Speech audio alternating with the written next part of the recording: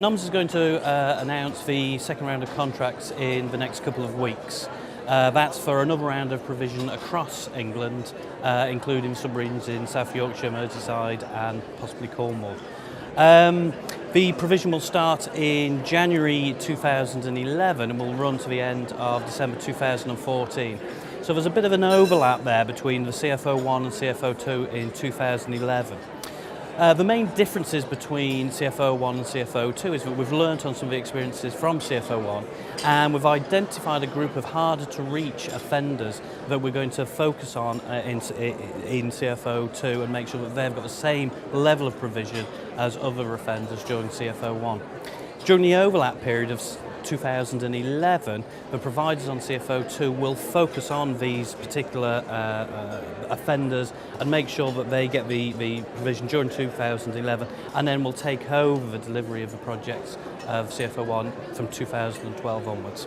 It's hard to say whether this will be the end of NOMS co-financing and ESF funding for NOMS at the end of 2014. That all depends on the amount of funding that's available from the European Social Fund after that date.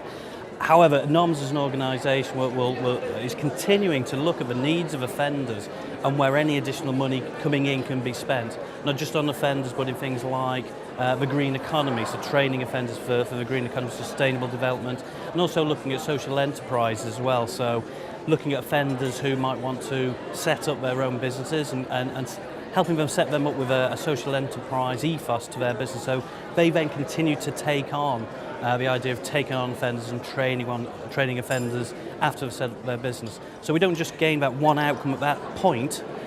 That business will then continue to take on offenders and train offenders on, so it's looking to the future.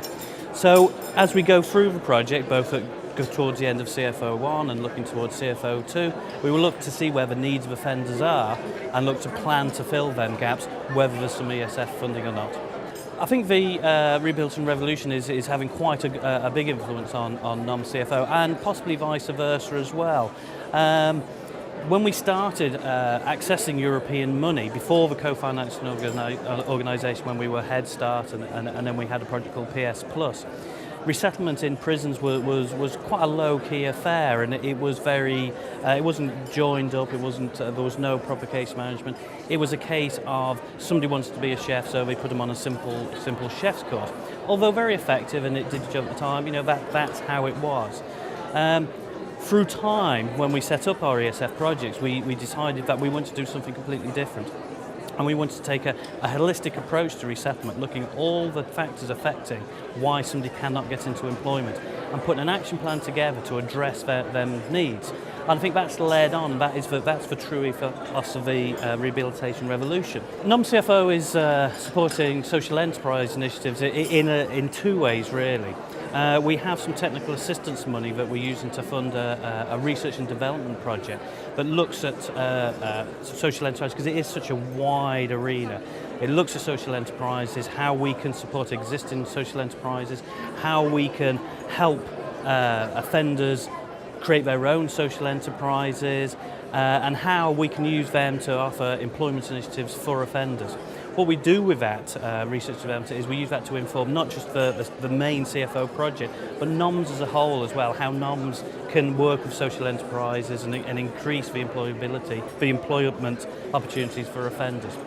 The other way we're supporting social enterprises is we have a fund of money in the Northwest and in Yorkshire that helps our providers in them areas work with social enterprises and again help offenders build their own social enterprises and carry on that cycle of employment as described earlier. What we do with the providers is use the research project to feed into that work so that they're actually learning from what's been developed in that research project and then putting that into effect.